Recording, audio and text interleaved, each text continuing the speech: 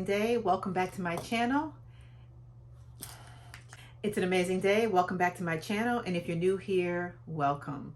In today's video, I'm going to be talking about 7 tips to dating after 50. And if this is something that you're interested in, stay tuned. So 7 tips for dating after 50. Let me just premise this information by saying this, that I have, at the taping of this video, I've been single, technically single, for almost 13 and a half years. So I've been out of my second marriage for 13 and a half years, right?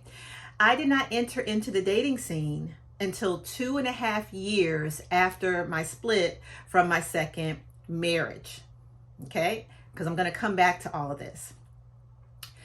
I've had several what I consider relationships, good relationships, they just didn't work out. But I have been in this space as a 50-something-year-old, right, over these past 13 years. And so I do want to share my experience as a single woman, a single mom, a divorcee in this space over the age of 50.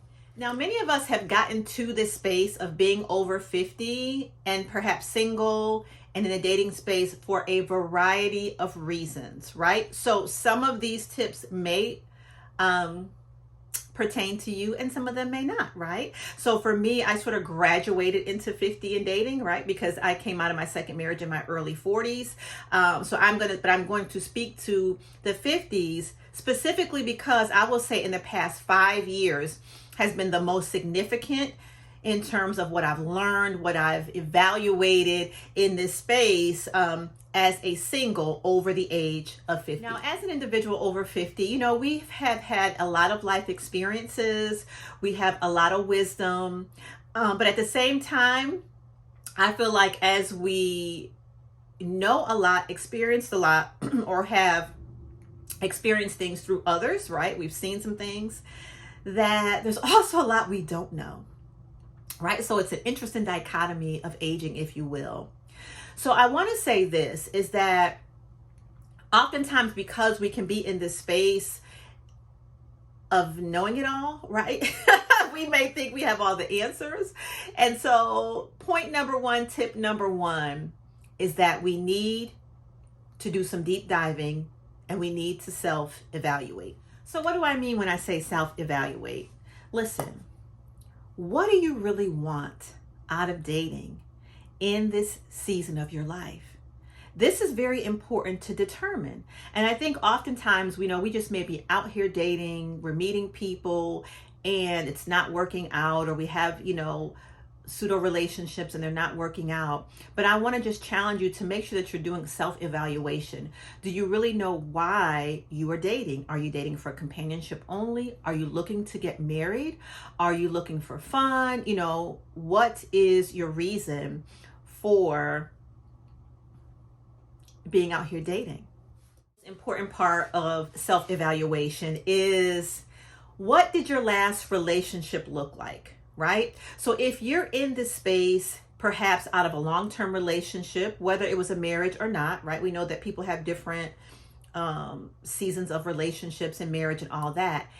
Have you overcome your last relationship? Have you healed? If you have been hurt, have you sort of shaken off, right, the residue, if you will, of your most recent real relationship?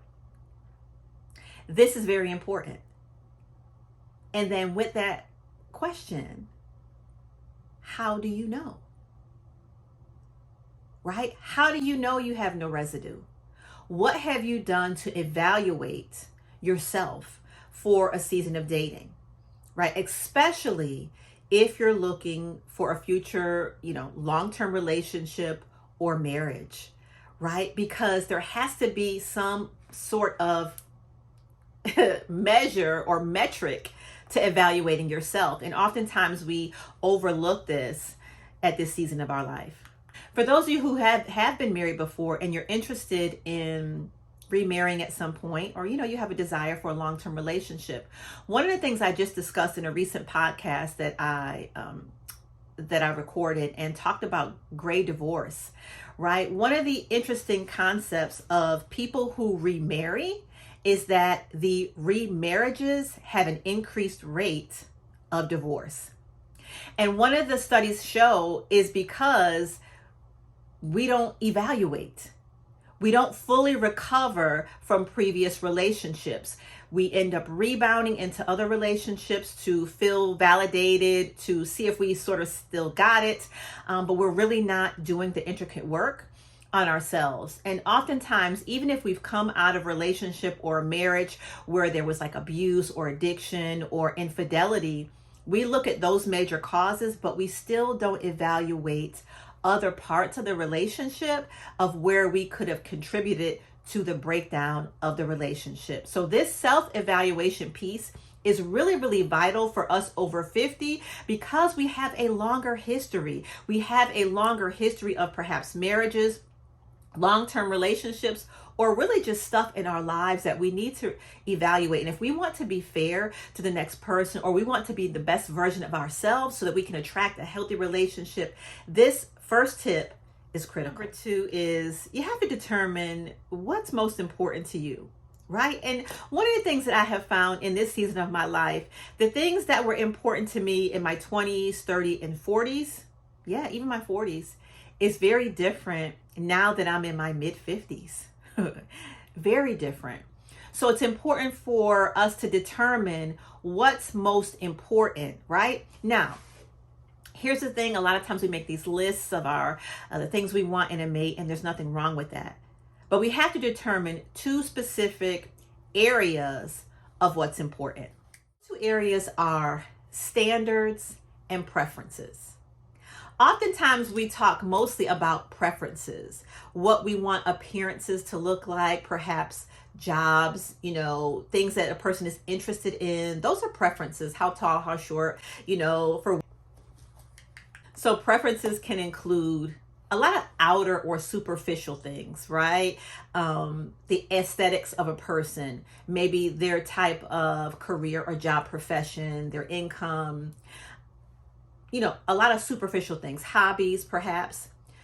But I want you to focus mostly on standards, because standards have to do with what you value, right? What an individual values and what's most important to them in terms of character, belief system. You have to determine what's most important to you in this season. And I want you to begin to sort of minimize those things too, to maybe a top 3 to 5 standards. Those are non-negotiables for you. Things that are a hard no for you when you think about relationships and moving forward, in terms of dating, right? So I want you to determine your standards and your preferences. And there's nothing wrong with having preferences, but it is your standards, your non-negotiables that you really want to focus on when you're out here. The third tip is that I want you to begin to check your communication skills. Because over 50, we're wonderful, we're wise, we know it all, or we think we do. One of the two, right? We know a lot though, we really do. However, communication is a very important part of dating, right? Of course, it's an important part of relationships, but it also is an important part of dating. So when you meet someone, it's important to be an active listener. It's important that you're very comfortable in sharing what you want in a relationship, right? It doesn't mean that on the first date you have to spill off all your checklist, but it is important that if you have a question about something and the person that you are dating, that you're not afraid to ask those questions, right? This is very, very important. So we need to check our communication skills. We need to check how open and vulnerable that we're willing to be, because the truth is, healthy, happy relationships require vulnerability. And the more whole you are, the more healed you are, the more confident you are within yourself to risk that vulnerability. And that's real talk. Number 3, check those communication skills. Practice on the people that are around you. And listen, ask some people who are close to you, what they really think without you getting offended, with you not responding. Ask them, do they think that you're a good communicator with your feelings, with your text messages, with how you respond or talk to them in, important moments? Especially your children. If you have adult children, ask them, because they will definitely tell you the truth. Now, the fourth thing that I want to share today is about online dating. I want to share with you about online dating because, listen, as 50-year-olds, we did not enter into the world of dating with this aspect of dating in our lives back in our 20s and 30s. And if we've come out of like long-term marriages or long-term relationships, this space of online dating may be new. And I want to give you some tips. One of the things that we may not be used to if you're new to online dating and dating in general, especially coming into it over 50, is when we were younger, generally we, met a person, we talked to them, we determined if we liked them or not. And if we did, we had a relationship. If not, we moved on. But one of the things about online dating that you have to understand is that when you initially meet someone, they're probably talking to other people, because the online dating space gives you access, men and women, to a lot of varying conversations, right? And so if you're not comfortable with that, if you want to just hone in on one person at a time, you may want to reconsider online dating. Real talk. And people will tell you that they're not, but they have access. So the mere fact that you're getting online, you or another person, and you're meeting online, tells you a lot about the person, right? We've got a lot of access, and I've used online dating. So I'm speaking from experience, pros and cons. But I want you to be aware as an over 50 dater, because this is different for us. The 20s and 30s and early 40-year-olds, millennials, they've come up in this digital space. We did not. So I want you to recognize that it is a different space, a very different space than what we are accustomed to. The next thing kind of falling under online dating is that people have the ability to really mask who they are. Now, I'm not saying that everyone who's on a dating app, including yourself, or that I have in the past masked who I was or pretended to be something that I'm not, but it does give space for people to do that much easier. Or easier, not much, easier, right?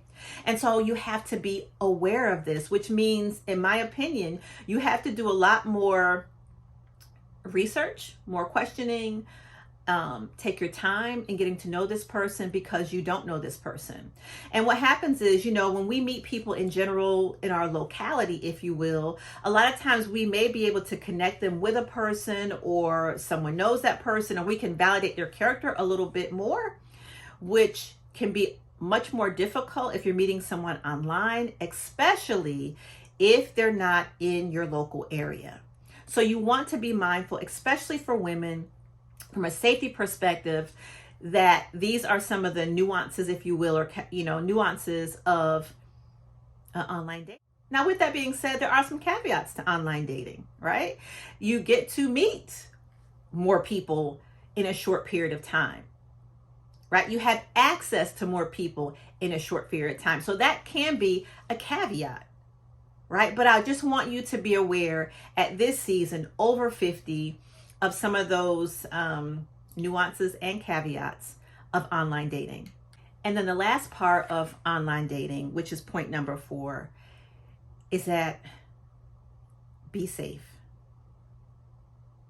Be safe. Make sure you're setting up measures for when you go to meet a person, that you let someone know where you're going, who you're going with, giving them information. Your safety is so important with online dating. And so I want you to be aware of that. Please, just be aware. So number 5 is I want you to check the person's social media if you're dating after 50. And let me tell you why. Or let me give you a tip rather. Okay, so if you're new and you're on to online dating, whether it's Facebook online dating or a particular app, go to that person's social media. You will learn a lot about them through social media. Here's the first thing. Do they have an aged, if you will, account? Meaning that they've been online for quite some time. You see a variety of different pieces to their social media, maybe family and friends, and not something that they just posted in the past few months or even the past week. Pay attention to the dating of the social media, the dates on the posts. Okay? The second thing is check out who they follow.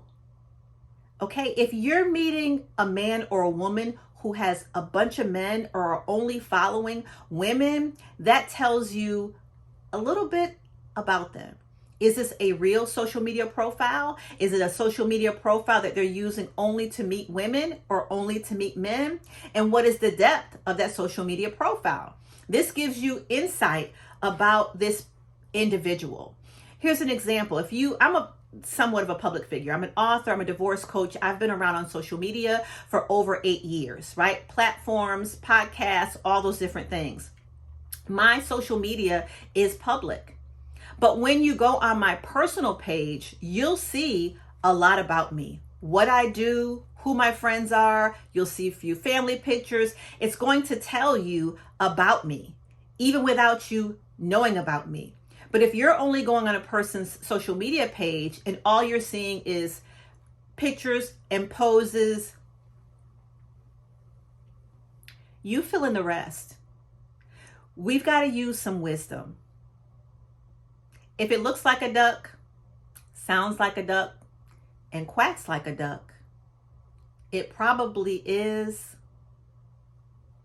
you guessed it, a duck. Now, yes, of course, everyone isn't on social media, but most people have some level of social media. And then here's the other thing. If they do or don't, you get to determine how you're going to find out more about this individual as you're beginning to date them. Remember, we have a long history, right? And so generally, even from work perspectives, we have some aspect of connection online if we're like living for real, right? Whether you have a LinkedIn profile, doesn't mean that you have to be active and posting all day and all those things, but it can be, it can give you some insight. And if you friend that person, there shouldn't be anything that they want to hide. That's social. Does it make sense? So you get to determine if that's a deal breaker for you or not. And for me, oftentimes it's a deal breaker. If I can't sort of see something about you, who your friends are, you get an insight, a little insight about you before I trust my life with you. Yeah, that part. And on to point number 6, listen. Don't take things personal. If you're new to the dating scene, listen. The same way that there may be people that you don't find compatible for you, that you don't want to date again, even though they're a nice person, but you recognize that, just certain things don't click, that may be the same way somebody feels about you. And it's not personal. If they don't want a second date, if they don't want to call you back, it's not. And if you don't have a thick enough skin, especially out in this dating world today, then you may not be ready to date. If you've come out of abusive relationships or a relationship that was really, really horrible, and you have not gotten any therapy, counseling, read any books, you may not be ready. And I know this from my experience as a divorce coach, working with women who've come out of long-term relationships. Because what happens is when you've come out of a relationship, and this is for men and women, that was so terrible, right? Anything that glitters a little bit or treats you nice seems like it's perfect. When they're just a good person, but it doesn't mean that they're necessarily compatible for you. So I want you to think about that as you're going out into the dating space or as you're continuing to date over the age of 50. And then lastly today, tip number 7, have fun. have fun in this process of meeting your person. If that's what you're looking for, have fun, have great conversation, enjoy new experiences, new places, new restaurants, new activities. Have fun. We're in such a different season of our life. We've had so many experiences, positive and negative, right? Because that's just the way life is. But have fun. Allow this to be an opportunity for you to meet great people, have new experiences, see new things, and simply have fun.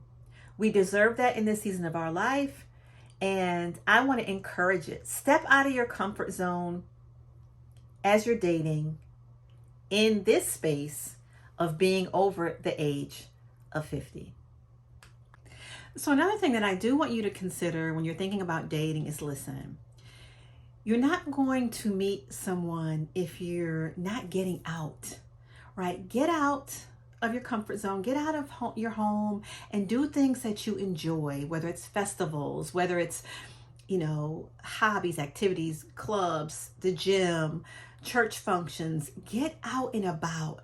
Those are some of the best ways to meet people. And I know that as we get older, we're kind of settled. We like to do things in our comfort zone. But if you're looking to sort of expand your horizons and meet different people, get out and explore. And usually in those natural environments, you're going to meet people. So hopefully something that I've said to you today, in my experience, not only as a single woman over the age of 50, and being in the dating space, but also as a life coach, right? A divorce coach, where I've been in the trenches, if you will, with women and seen some of the things they've experienced and gone through after a divorce. It can apply here just in general over the age of 50. So hopefully something that I've said with you today resonates and has given you some, energy or excitement, or even, a way to sort of tweak you, if you will, your dating experience over the age of 50. So listen, make sure you like this channel, subscribe, and share this video out. If you have friends or family who are over 50 and they're, wondering how to date in this space, I would appreciate it if you share this video out. And then lastly, please leave me a comment. I love to hear your feedback on the video, or even some of your experiences, or if you have questions, I'd love to come in the comment section and answer them for you. And so until next time, have a wonderful, blessed day, and I'll see you again. Take care.